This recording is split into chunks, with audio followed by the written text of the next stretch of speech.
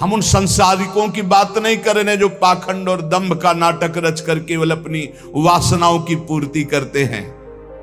वो अनेक प्रकार से धोखा दूसरों को नहीं, अपने आप को दे रहे हैं। साधक के लिए सबसे पहला कर्तव्य है कि अपने वैराग्य में कोई भी रोग ना होने पावे।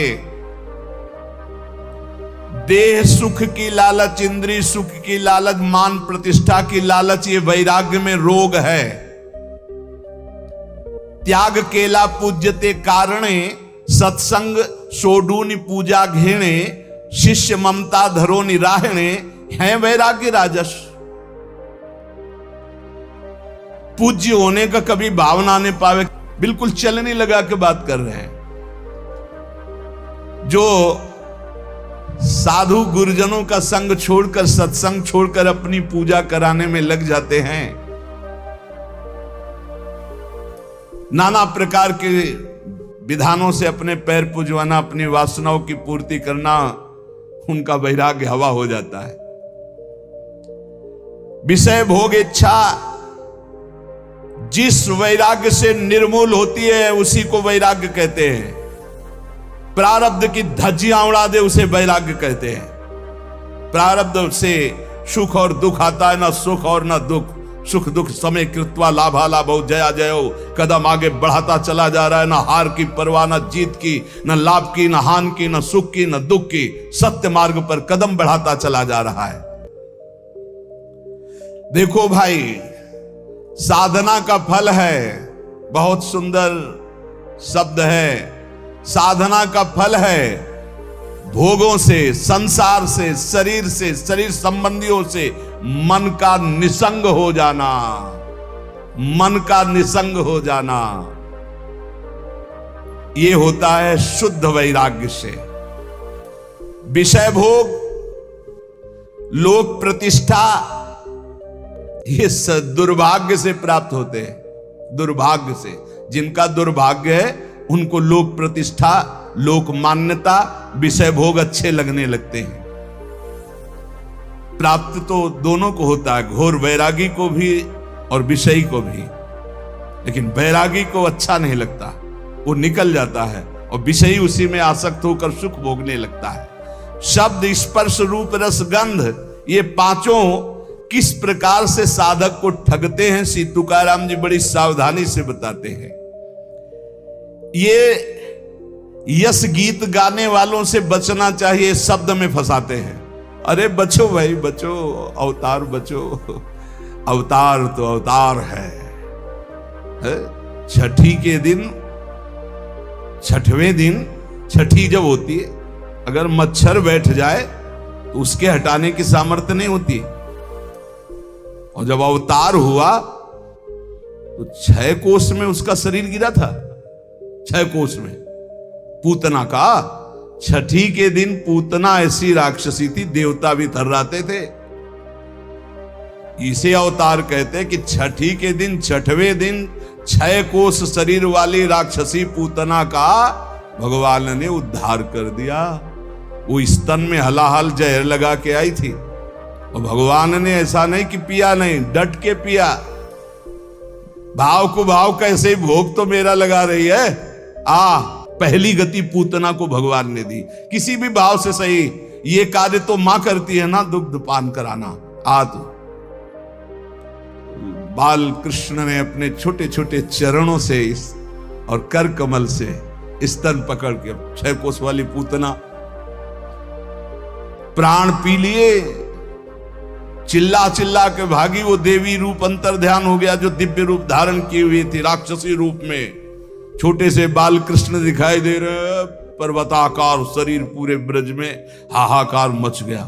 छठी के दिन ये है अवतार भाई। अवतार समझना है तो थोड़ा भूल मत कर लेना, किसी के अवतार कहने पे अवतार मत मान लेना। भगवान का सच्चिदानंद विग्रह, सच्चिदानंद अवतार होता है। विगत विकार जान अधिकारी। अगर कोई जहरीला पदार्थ पहुंच जाए अंदर तो मृत्यु हो जाए। काली दह में इतना जहर था कि ऊपर से पक्षी उड़ जाते तो उसकी जो भाप निकलती उसमें मर जाते थे। सखा गैया बछड़ा सब जल पिए और सब मूर्छित हो गए, पधार गए। भगवान ने देखा, ये देखो अवतार, कमर में पेट कसी और कहा आज के बाद तू मेरे ब्रजमंडल में तो नहीं रहेगा। कालिया, मेरी लीला के पात्रों को तू दुख पहुंचाया, अब मैं तुझे बताऊंगा। अमृत दृष्टि से सब सखाओं को और सब गौ बछड़ों को जीवित किया और खेल खेल में कूद पड़े। और उसको ऐसा अहंकार उसको था कि गरुण से भिड़ गया था, तभी तो भाग के आया था। वो दबने वाला नहीं था, भगवान के वहां गरुण से भिड़ गया था कालिया। तब गरुण जी के पंख की मार से व्याकुल होकर भागकर यहां आया, क्योंकि यहां आ नहीं सकते थे, गरुण सांप के वशीभूत थे। कालिया का मान मर्दन किया। कालिया ने कैसे, आप भागवत में पढ़ के देख लो, ये हैं अवतार। 105 फण से फुसकार मार रहा, भारी जहर की, कोई परिवर्तन। उसकी पकड़ से छूटकर फणों पर चढ़कर ऐसा नृत्य करते हैं कि भगवान शिव भी प्रसन्न हो जाए, तालियां बजा रहे कि ऐसा तांडव तो जब हम उन्मत्त होते हैं तब करते हो, आप तो फण पर कर रहे, सर्प के फण पर कर रहे। जय हो जगत गुरु। भगवान उनके समान कोई नहीं, उनसे बढ़कर कौन हो सकता है। एक बकासुर बनकर के बैठा कि श्री कृष्ण को ले जाए, ऐसे मूंज की तरह चीर के फेंक दिया भगवान ने। बाल गोविंद है। अघासुर ऐसी जीव है, ऐसे पर्वत है, उसकी दाढ़ें ऐसी दिखाई दे जैसे पर्वत के शिखर। जीव ऐसी लग रही भारी गुफा। सब ब्रजवासी सखा घुस गए अंदर खेलने के इरादे। बोले यार कहीं अजगर तो नहीं? बोले होगा भी तो क्या कर लेगा, हमारा कन्हैया है ना। भगवान ने कहा अजगर भी इनको खेलने का स्थान समझ में आ रहा है। अघासुर ने सोचा पूरा परिकर आ गया, बस कृष्ण आ जाए तो हम लील जाएं। भगवान ने कहा जो तुम्हारी इच्छा है कि हम आ जाएं तो आ गए। और गले में जाके अपने शरीर को, अब वो रुंध गया, अब तो उसके प्राण निकल गए। भगवान सखाओं को निकाला। ये भगवान बाबा आज बहुत कचौड़ी पकौड़ी और गुलगुला और पुआ बन रहे हैं। बोले आज देवराज इंद्र की पूजा। बाबा देवराज इंद्र से क्या, गिरिराज महाराज गोवर्धन जी विराजमान, उनकी तलहटी में हम सबका पालन पोषण हो। भगवान ने जैसा कहा वैसा हुआ। देवराज इंद्र ने कहा हमारी यज्ञ नहीं हुई। बोले कभी नहीं होगी, अब श्री कृष्ण ने मना कर दिया, अब तो गिरिराज जी का पूजन होगा। अरे सामर्थ मेघ, अपार वर्षा, जैसे मनु सृष्टि के प्रलय का समय। सुदर्शन चक्र 84 कोस ब्रजमंडल के ऊपर, कोई नहीं जान पा रहा। गिरिराज जी को उठा लेना, आसपास भगवान शेष का ऐसा मंडल की एक बूंद पानी गिरिराज जी की तलहटी में, जो गिरिराज जी उठाने पर जगह बन, वहां अगर पानी भर जाता तो डूब के मर जाते। तो आसपास शेष जी, किसी को पता नहीं, मेड़ शेष जी की, और ऊपर से सुदर्शन चक्र का तेज संपूर्ण जल को भस्म कर रहा है। और भगवान 7 दिन 7 रात 21 किलोमीटर गिरिराज, ये भगवान है। हम कह रहे हैं 5 किलो का बांट, जिनको भगवान का अवतार 5 किलो का बांट, ऐसे 7 दिन 7 रात्रि धारण करके देखो, 5 किलो का केवल 21 किलोमीटर के गिरिराज जी अब हैं। और उस समय तो और विशाल स्वरूप। भगवान सिर्फ भगवान है, भगवान ही भगवान है। जैसे तरंग है, वायु विकार हटा, समुद्र हो गई, इसमें कोई संशय नहीं। पर तरंग समुद्र नहीं प्रकट कर सकती, समुद्र करोड़ों तरंग प्रकट कर सकती। इतना अंतर है। अंतर होते हुए भी अंतर नहीं है, और अंतर ना होते हुए भी अंतर है, ये बात समझ लिया जाए। तो कह रहे शब्द के फांस में माया फांसती है।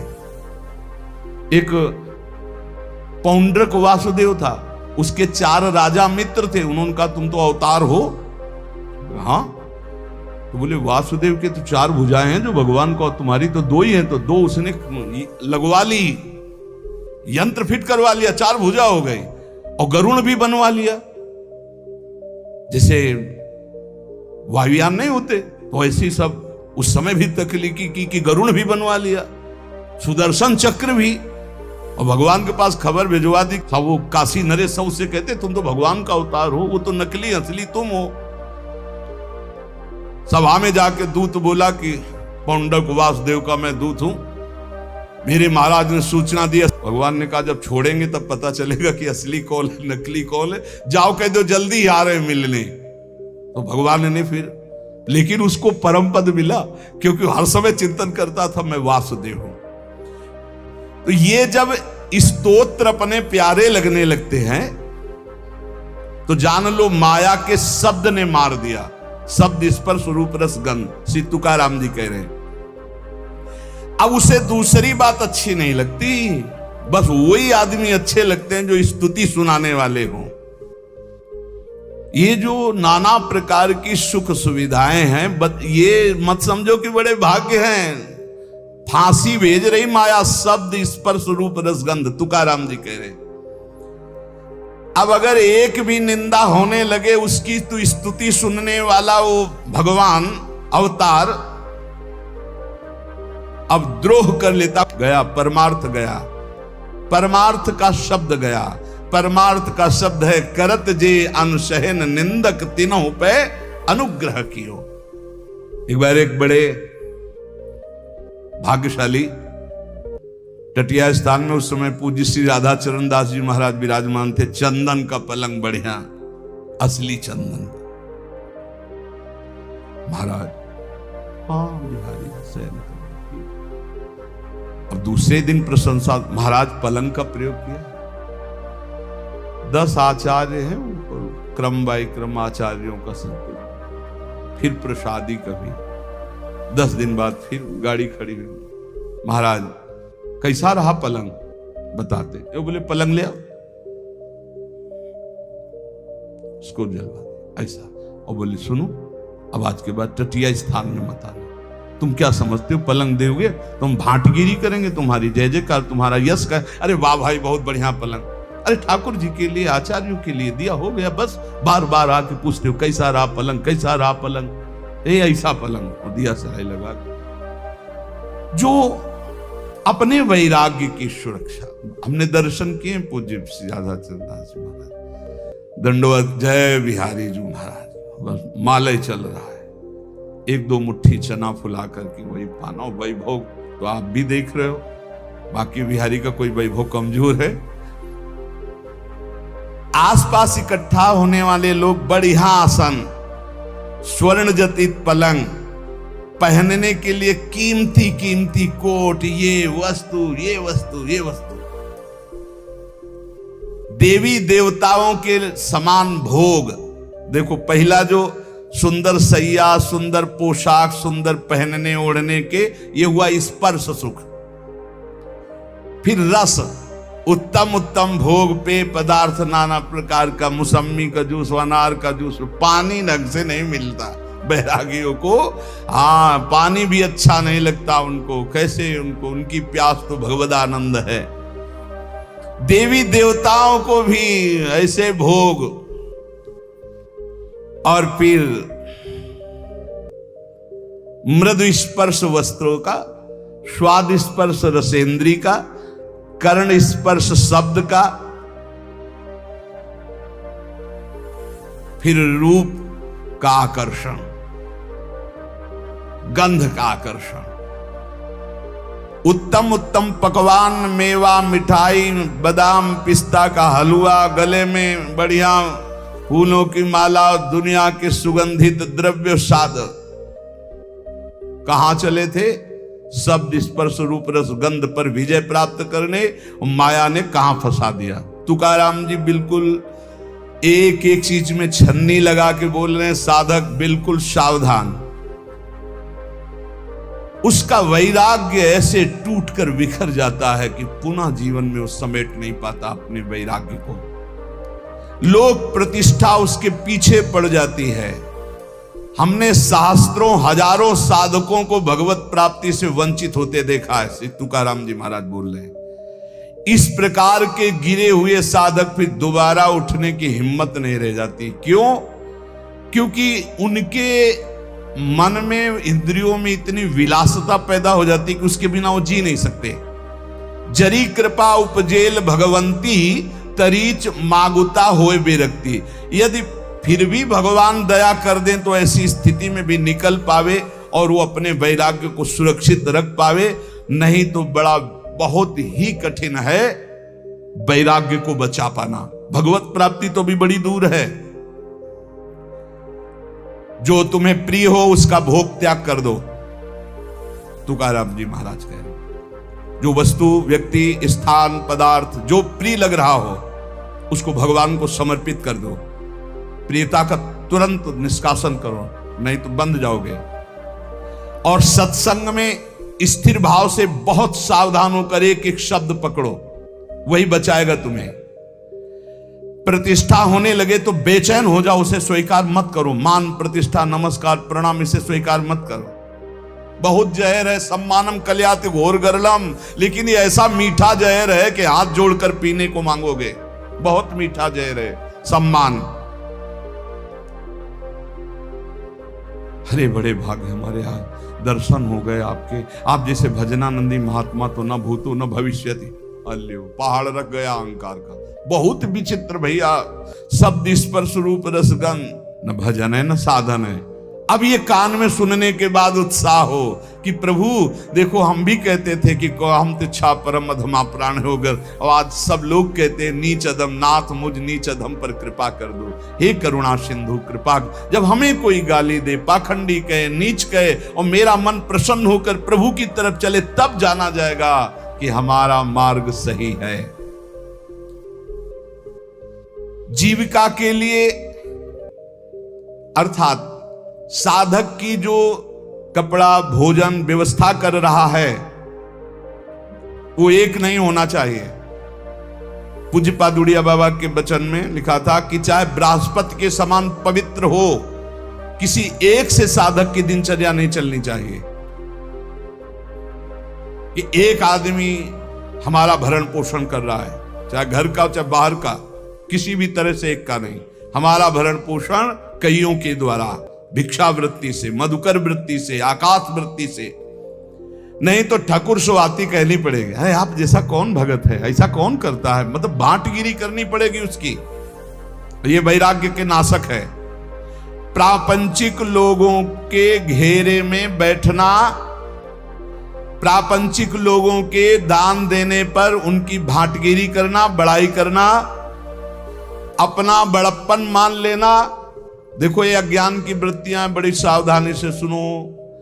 प्रापंचिक प्रवृत्तियों के बीच में बैठना, अज्ञानी जनों के बीच में, उनके द्वारा दी हुई भोग सामग्रियों को लेकर उनकी बड़ाई करना, अपने को बड़प्पन में मानना, मैं बड़ा हूं, और अच्छा अच्छा खाने की चाट पर जाना, और लोकप्रियता की चाह उत्पन्न हो जाना, वस्त्र, अलंकार, आभूषण धारण करने का शौक बढ़ जाना, ये भगवत प्राप्ति के लिए महान विष है। महान विष अर्थात मार दिया, अपने आप को मार दिया। चले थे भगवत प्राप्ति के लिए, मार दिया।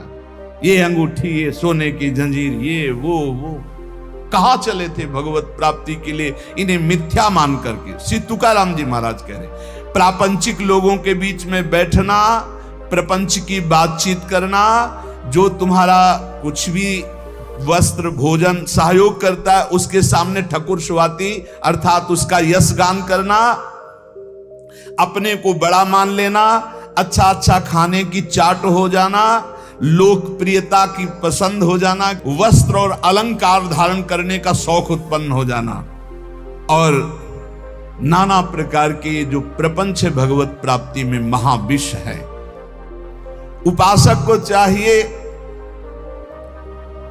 अगर गृहस्थ है तो अपनी स्त्री से केवल मतलब रखे, और सब स्त्री शरीरों में माता बहन का भाव रखे।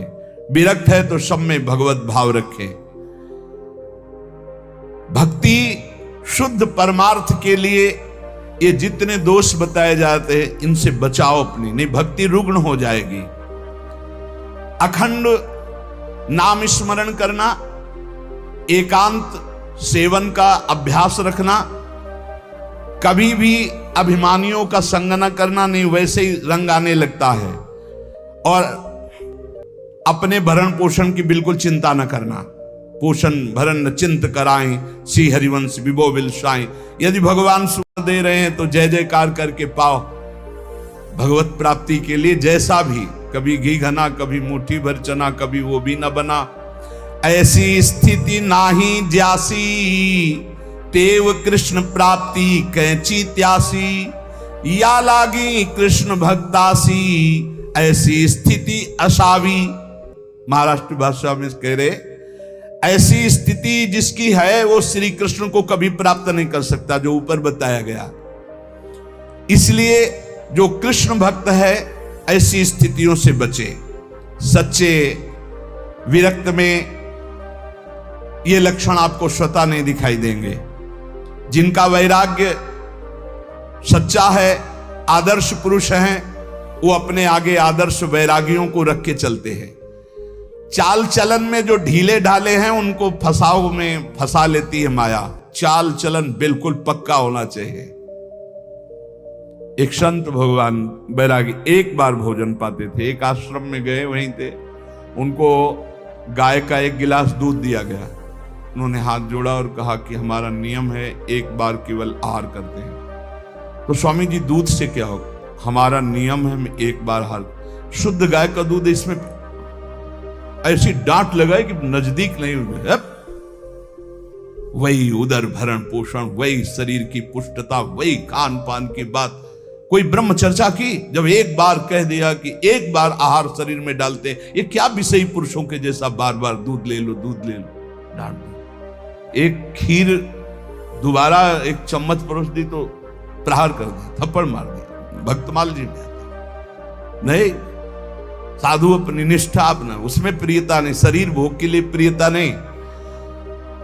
जिनका लुजलुजा स्वभाव होता है, जिनकी चलन चाल ढील होती है, उसको माया फंसा लेती है। इसलिए बैरागी कैसा बैरागी होना चाहिए? नारियल के फल जैसा, अंदर एकदम मलाई जैसी कच्ची गरी, ऊपर देखो जूठ कठोर खप्पर, बस ऐसा ऊपर से ऐसा झाकर नजर आना चाहिए कि भैया नजदीक, वो अंदर माला माल, अंदर एकदम हृदय कोमल। श्री तुकाराम जी कहते हैं जिसका ज्वलंत वैराग्य होगा वही अंतरंग में घुसे हुए चोरों को पकड़ पकड़ कर सावधानी पूर्वक बाहर फेंकेगा। और जिसका चित्त शुद्ध हो गया तो पांडुरंगा उसके चित्त में ही प्रकाशित हो जाता है। इसलिए साधक सदा चौकन्ना रहो। बहुत देखना, बहुत सुंदर बात करें। चौकन्ना कैसे? जैसे मार्ग भयावह हो तो बिल्कुल सावधान, कोई आगे पीछे प्रहार करने वाला तो नहीं है, ऐसे साधक चले। मन सरपट भागने वाला घोड़ा है, वैराग्य उसकी लगाम है, और चाल उसकी देखते रहना साधक का कार्य है, और काबू में करके उसको वश में रखना वैराग्य के द्वारा मन में। जिसका मन वश में नहीं उसके सब साधन व्यर्थ हो जाते हैं। तुकाराम जी महाराज कहते हैं आपकी साधना का आपको फल मिला, उसका फल है मन। मन कैसा है आपका? मनोनिग्रह सबसे बड़ा साधन है। मनोजय ही अगर नहीं हुआ, मन पर विजय प्राप्त नहीं की, तो बड़ी बड़ी तपस्या, बड़े बड़े अनुष्ठानों के फल को नाश कर देता है, ऐसे आचरण करा देता है। बड़े बड़े वीरों को चारों खानों चित्त पलटा दे, ऐसा बलवान मन है। इसलिए बड़े बड़े पंडितों को ज्ञान के शिखर से गिराने की ताकत रखता है मन। इसलिए चौकन्ना रहे साधक।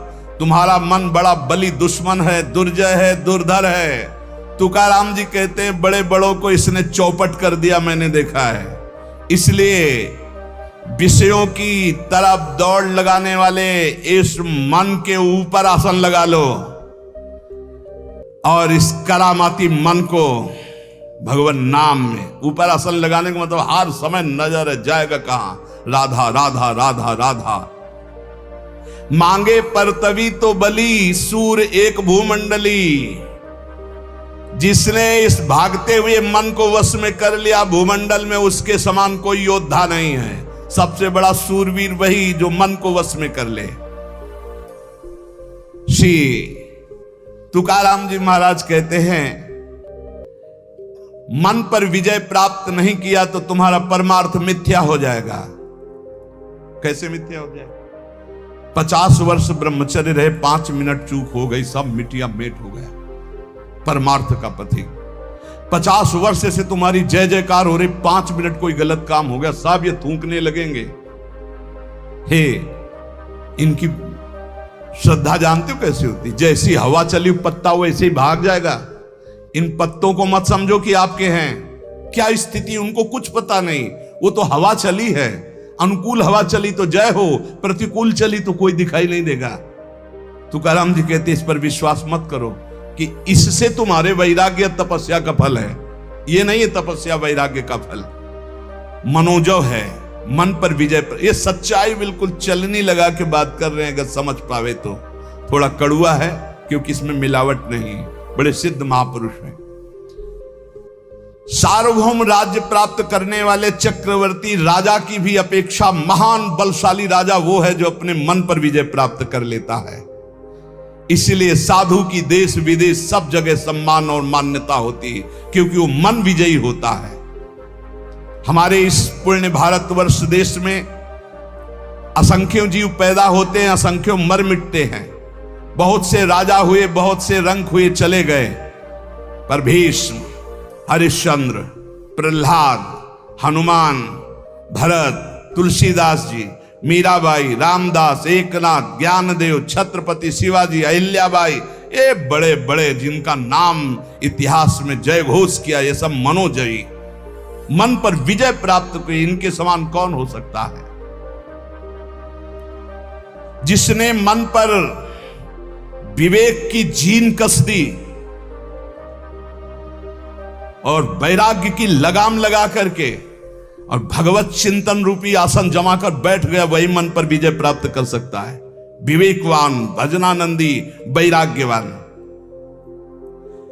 प्रहलाद जी ने अपने पिता से कहा, पिताजी तुम अपने को बहुत बलवान समझते हो, लेकिन मैं तुम्हें बहुत निर्बल देख रहा हूं। क्यों निर्बल देख रहा हूं? क्योंकि तुम अपने चित्त में बैठे हुए द्वेष को नहीं निकाल पा रहे हो, असुर भाव को नहीं निकाल पा रहे हो।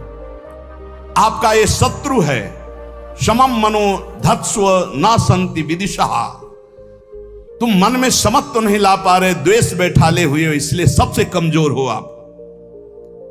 ये उच्छृंखल कुमार्गगामी भागने वाले मन को साधक हर समय चौकन्ना होकर नजर रखता रहे, नहीं तो ये कमाई हुई भजन की पूंजी लुटा देगा। योग वाशिष्ठ, श्रीमद् भागवत, एकादशी स्कंद और भी बहुत से ग्रंथ मनोनिग्रह पर ही ज्यादा ध्यान देने की बात दी गई है। भिक्षुक गीत में हमारे सुख दुख का कारण कोई दूसरा नहीं हो सकता, हमारा मन ही है। न कोई देवता है, न कोई कर्म है, न कोई काल है, ये मन ही हमारे सुख दुख का कारण है। मन में अनंत वृत्तियां उठती हैं भोगों की, उनको जो मिटा दे वही महात्मा है। दान, धर्म, यम, नियम, कर्म, ज्ञान, व्रत, तपस्या, इन सब का फल है मन का शांत हो जाना, निर्मल हो जाना। अगर नहीं हुआ तो सब चौपट कर देगा। ये तुम्हारा दान, धर्म, यम, नियम, कर्म, ज्ञान, व्रत, तप सब चौपट कर देगा ये मन। परो ही योगो मनसा समाधि, मन का समता में युक्त हो जाना, भगवदाकार हो जाना ही परम योग है। जिसका मन शांत है, जिसका मन स्थिर है, जिसका मन भगवान में लग गया है, उसके सारे तीर्थ दान आदि का फल प्राप्त हो गया। अगर नहीं लगा तो कुछ नहीं प्राप्त हुआ। इंद्र, चंद्रमा, ये सब मन के द्वारा ही कलंकित हुए हैं। 1000 भग शरीर में थी देवराज इंद्र के महात्मा गौतम जी के शाप से। वो आज भी चंद्रमा में कलंक है, गुरुपत्नी गामी का। ये सब मन का ही खेल हुआ। ऐसे दुर्जय मन पर जो बड़े बड़े देवता विजय नहीं प्राप्त कर सकते, मानव देह में विजय प्राप्त करने का अवसर है। ये बलवानों का बलवान है, ये समय से नहीं मरता। जैसे समय से शरीर कमजोर हो जाता है, ऐसे मन कमजोर हो जाएगा। बोले नहीं, मन शरीर रोगी होने पर भी नहीं कमजोर होता, मन बुढ़ापा होने पर भी नहीं कमजोर होता, शरीर कृश होने पर भी मन कृश नहीं होता। मन को बस में करना होता है वैराग्य से, भजन से। जेविम हिरेनी हीरा चिरीजे, तेविम मने जी मन धीरीजे। जैसे हीरे से हीरा चीरा जाता है, ऐसे इस सात्विक मन से कामी मन को मार दो। मन का 2 प्रकार होता है। जैसे एक मन कहता है कि कर लेते हैं, एक मन कहता है नहीं करते, ये चोरी है, अगर चोरी करेंगे तो फंसेंगे, पिटेंगे। तो अगर कुमार्गामी मन जोर पड़ गया तो सत मन की बात नहीं मानता। बोले जैसे हीरे से हीरा चीरा जाता है, ऐसे सत मन से असत मन को काट दो। हीरे से हीरा चीरा जाता है, वैसे मन से मन को जीत लो। कभी कभी मन को पुचकारना भी चाहिए। हरि गुरु के भजन में लगाने के लिए इसको दुलार भी करना चाहिए। ए मन, इतना भजन कर लो, फिर तुम जो कहोगे हम वो बात सुनेंगे। पहले हमारी बात सुन लो। मना सज्जना भक्ति पंथेंची जावे। ए मन, तू भक्ति के रास्ते पे चल, बड़ा आनंद आएगा। मन को मनाओ, मना मना करके नाम जप करवाओ, मना मना के भगवत मार्ग में चलाओ। ये चंचल और दुर्निग्रह है। अर्जुन जी ने भगवान से कहा कि इसको कैसे वश में किया जाए, तो भगवान ने बताया अभ्यासेन तो कौन्ते वैराग्येण च गृह्यते। ये मनोजो का उपाय स्वयं साक्षात सच्चिदानंद जगत गुरु भगवान श्री कृष्ण ने बताया कि मन पर विजय कैसे प्राप्त करे, तो अभ्यासेन तो कौन्ते वैराग्येण च गृह्यते। श्री तुकाराम जी वैराग्याचिये आधारे जरी लाविले अभ्यासाचिये मोहरे तरी केतुलेनि एके अवसरे स्थिरा बेलो यया मनांचे एक निके जे देखिले गोडी चिया ठाया सोके महणोनि अनुभव सुखंची कवति के दाविंती। वैराग्य के सहारे सहारे इस मन को वश में किया जाए, इसको बार बार अभ्यास में लगाया जाए। नाम जप, स्तोत्र गायन, पद गायन, ठाकुर सेवा, सत्संग, इसे अभ्यास कहते हैं। और वैराग्य जहां जहां भोगों से जाए बार बार उसको हटाओ। मन की एक बड़ी अच्छी बात है, इसको लगाना होता, फिर इसको जहां चस्का लग गया जिस बात का, फिर उसे छोड़ नहीं सकता। इसका स्वभाव है। बहुत वर्षों से, बहुत जन्मों से हम इसे भोगों में लगाते चले आए, इसको चस्का मिल गया भोगों का। अब श्री भगवान की तरफ लगाते हैं। अब ये लगता नहीं, बार बार लगाइए, लग जाएगा। भगवान ने कहा है अभ्यास और वैराग्य। अभ्यास से बार बार नाम जप में लगाना, पद गायन में लगाना, समय से सत्संग में आ जाना, बार बार सत्संग सुनना, बार बार नाम जप, तो ये अभ्यास हमारा। अभ्यास योग युक्तेन है। जब हम अभ्यास योग से युक्त होते तो हमारा चित्त फिर जाने नहीं लगता है, धीरे धीरे वो शांत होने लगता है। एक ओर वैराग्य को कसे और दूसरी ओर विषयों में जाने वाले मन को बार बार हटाकर प्रभु में लगाए, इसे अभ्यास कहते हैं। बड़ा कठिन है मन को भजन में लगाना। इस मन की उत्तम गति है यदि इसे निरंतर नाम जप करवाया जाए। 4 मुक्तियां दासी बनकर के उसके चरणों में पड़ जाती जो अपने मन से नाम जपाने लगता है। देखो, आखिरी बात तो मन का ही शांत हो जाना है। प्रारंभ में हम कहते मन लगे न लगे भाव को भाव न खालसो नाम जपत मंगल दिस दशो। लेकिन भजन का फल यह है कि सावई मना कृष्ण पदारविंद में, मन श्री कृष्ण चरणारविंद में, प्रिया चरणारविंद में लग जाए। गति अधोगति मनांची है युक्ति, मन लावी एकांति साधु संगे। अगर मन साधु संग में लगा, भजन में लगा तो सदगति, और मन गंदे आचरणों में लगा तो दुर्गति। इसी मन से सदगति और दुर्गति होती है।